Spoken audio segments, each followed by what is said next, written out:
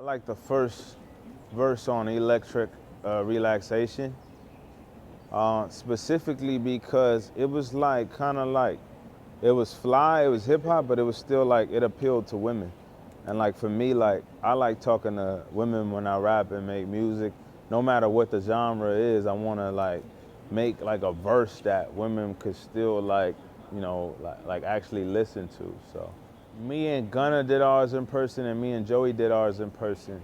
I text Conway the song because I felt like he made sense for the actual song that it was, and he was the only person within the Griselda like that the trio that I didn't work with.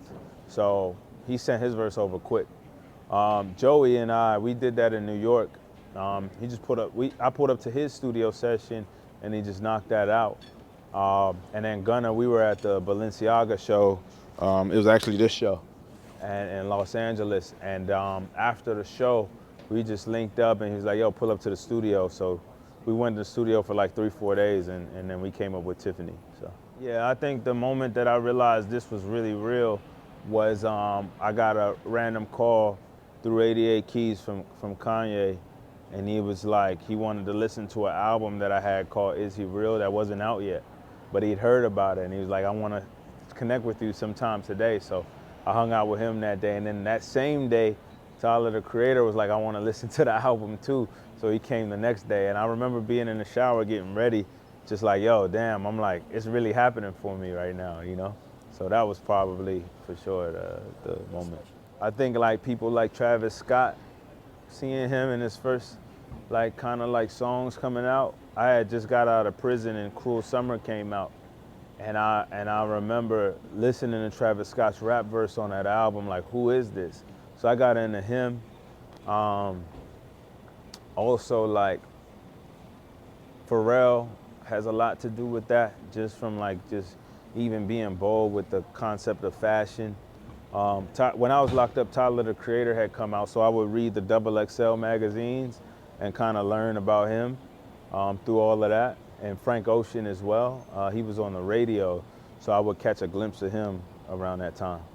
Well, you know, personally, I don't mean to be disrespectful to any of my friends who do it and invite me to the shows or anything, but I don't really care about fashion. I love style. Style is the art, fashion is the industry.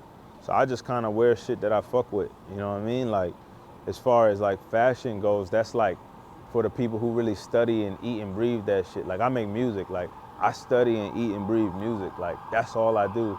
Like, fashion is for the people who do the opposite of what I do with music, you know? But by default, like, because of maybe the way I dress and the things I'm associated with, people put me in fashion, and I respect that too. And I'm honored to be a guest in their world, you know? But I'm a musician. That's what I make, is music, you know? The biggest advice I have for anyone trying to get their feet wet in the music industry personally has to do with them literally finding the best ways to be original. And a lot of our original ideas is what separates us from everybody. But as we grow, we start seeing what other people do and try to refine what we do, and it kind of brings it back to the norm. One of my very first producers, he was in high school, and he made some of the most unique, weird beats that I've ever heard. Till this day, I've never heard a sound like that.